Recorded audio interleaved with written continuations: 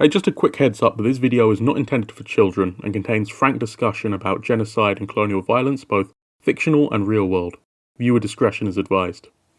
Avatar: The Last Airbender is a show that has been praised for many years and not without reason. A Nickelodeon series, a kids show that aired in the 2000s and has more maturity in some of its writing and outlook than most adult shows. It's a show that stuck with so many people, and the messages within the show, some of them very good, remain embedded in the outlook of some of those people today. The show takes place in a fictional fantasy world where all the animals are hybrids and people have magical powers. They have the ability to control or bend the four elements: earth, water, fire and air. And our main character is a person who can bend all four elements and so is burdened with protecting the world. This fantasy world features four nations, one for each of the four elements. There's an earth kingdom, a water tribe, an air nation, and a fire nation. And the core conflict of this show is about the fire nation engaged in a direct war with the other three. The goal of the fire nation in the show is the total submission and assimilation of the rest of the world to its rule, as well as the destruction of all other cultures and the domination, instead, of their fire culture. We are the sons and daughters of fire, the superior element. And this show doesn't soften the blow when really exploring how an imperialist entity like the Fire Nation functions, how it operates. This is a colonialist and genocidal world power that has fostered an ideology of racial supremacism to justify their colonialism and genocide. And much like real-world empires, they insist they're not doing this out of malicious intent. It's all about helping the rest of the backward world in achieving its potential. We should share this prosperity with the rest of the world. In our hands is the most successful empire in history. It's time we expanded it. The clear inspiration for the Fire Nation is the Japanese Empire, which attempted to conquer mainland Asia in the 19th and 20th centuries. It briefly established what was known as the Greater East Asia Co-Prosperity Sphere with the intent of imposing a Japanese hegemony upon all the nations within it. Hegemony being the assertion of one nation state serving as a leader among a group of other nation states, with the implication of an imposed social and cultural dominance of one over the others. US cultural imperialism in the present day is a good example of this. The Fire Nation is very much like the Japanese Empire in that it is attempting to impose a hegemony on the rest of this fantasy world. Their actions against the Earth Kingdom and the Water Tribe are very reflective of how the Japanese in the real world treated the Koreans and the Chinese, with brutality and the large-scale destruction of land and the local culture. And of course there's some parallels to Nazi Germany as well. So you have this deadly existential crisis of a world power that seeks to bring about abject destruction and subjugation to the rest of the world. But there's this question that bothers me when it comes to how this show depicts fighting the Fire Nation, because why are the show's protagonists so cowardly when it comes to trying to defeat their enemies? See, there's this one episode in the show's first season, episode 10, entitled Jet. The episode involves our main trio running into a bunch of freedom fighters, kids like them who have become displaced due to the invasion and the colonialism and the genocidal actions of the Fire Nation. They're fighting the Fire Nation head on using very effective guerrilla tactics, and the leader of this group is the titular Jet. Throughout the episode, a character is suspicious of Jet, convinced he's about to carry out some nefarious plan. Turns out his plan was just to wipe out a bunch of Fire Nation settlers. But this causes our main characters to act like he's some evil villain or something. And when you're a kid, you just nod along and agree with it. But as I got older, I started to question this a little. Why is this a bad thing? This guy's plan was very effective. He wiped out an entire illegal Fire Nation colony off the map. He would have taken the actual population out too if it wasn't for our main characters interfering. Still, they're displaced now, so it's a bit of a win. The excuse given in the show is that these are innocent civilians who don't deserve to be killed, and this is how you know our protagonists are fucking children, because they don't seem to know shit about how settler colonialism works. Settler colonialism is an inherently violent act. Don't believe me?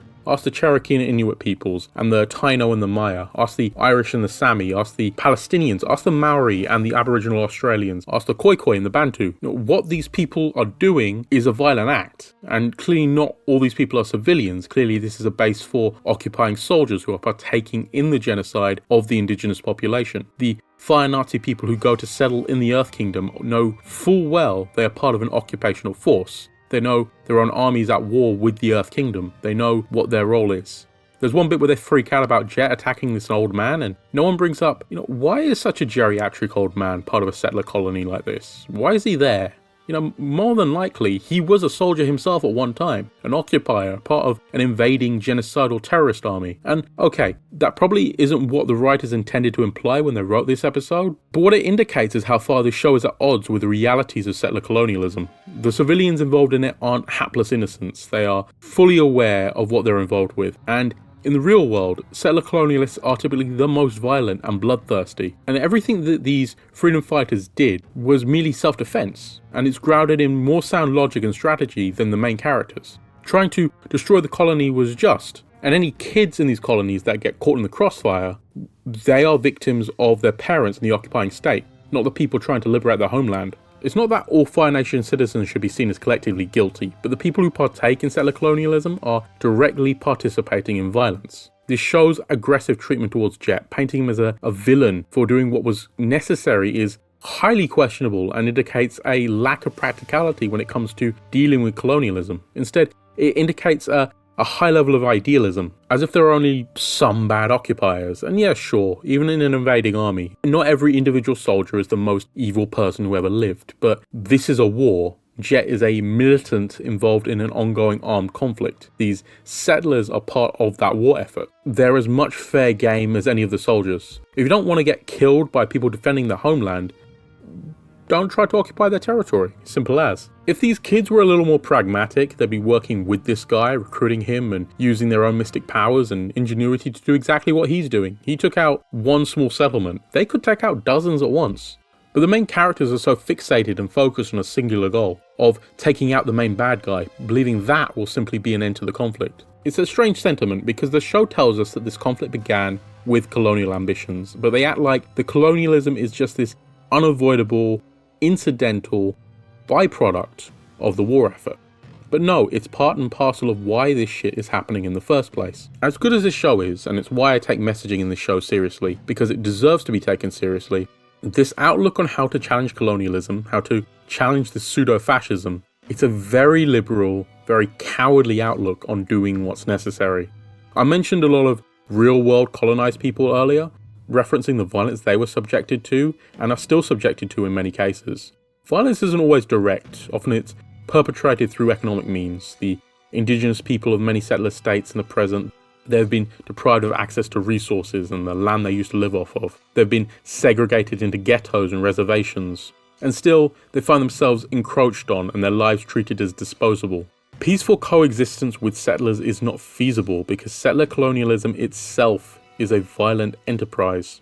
And with shows like Avatar, you're fed this stuff as a kid, and you're not really thinking critically about what you're watching, you're just absorbing, and that can be an issue. And some people want to act like these messages don't matter, but the kids who grew up watching these shows when they first aired, they're adults now, they're active members of society, and they're voters, they're more politically and socially minded about real world shit.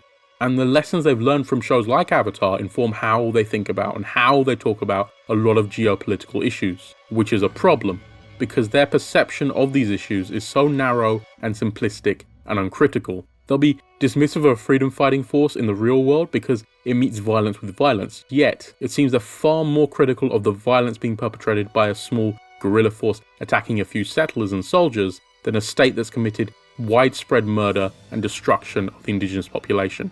And they'll get more upset about protesters chanting slogans that are apparently bad optics than they are upset about the actual ongoing violence happening as they whine about words.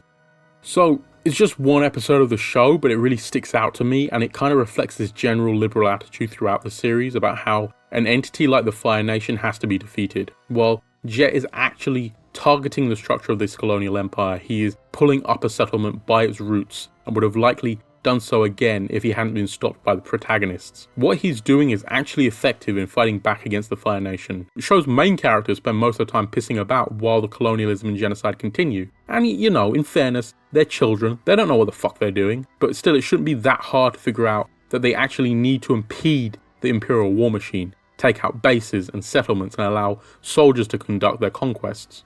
But of course, the show operates off the logic that if you just defeat Fire Hitler, it'll end this war and end the colonialism. You see, kids, if you replace the bad king with a good king, then everything will be okay. And nah, that's not how the world really works, but you shouldn't really expect more from shows like this, and I'm not talking about kids' shows, I'm talking about liberal shows, shows delivered to us under the liberal social order. They're more than likely going to have these very weak source presentations on how to handle colonialism and genocide because, well, at the end of the day, liberalism's foundation is in colonialism and genocide. But that's a longer video for another day. The show should still be praised for a lot of things, among them the fact that it encourages a direct action response when dealing with violence. It encourages people to fight back, but at the same time, it encourages people to pull their punches, to operate in a way that's ineffective, to be assured an arbitrarily determined moral victory instead of an actual victory. War isn't a pretty thing, but it can be a necessary thing. Class wars, which include wars of national liberation, are always just. And while you should avoid excesses as much as possible, certain necessary evils will be essential in the fight for emancipation.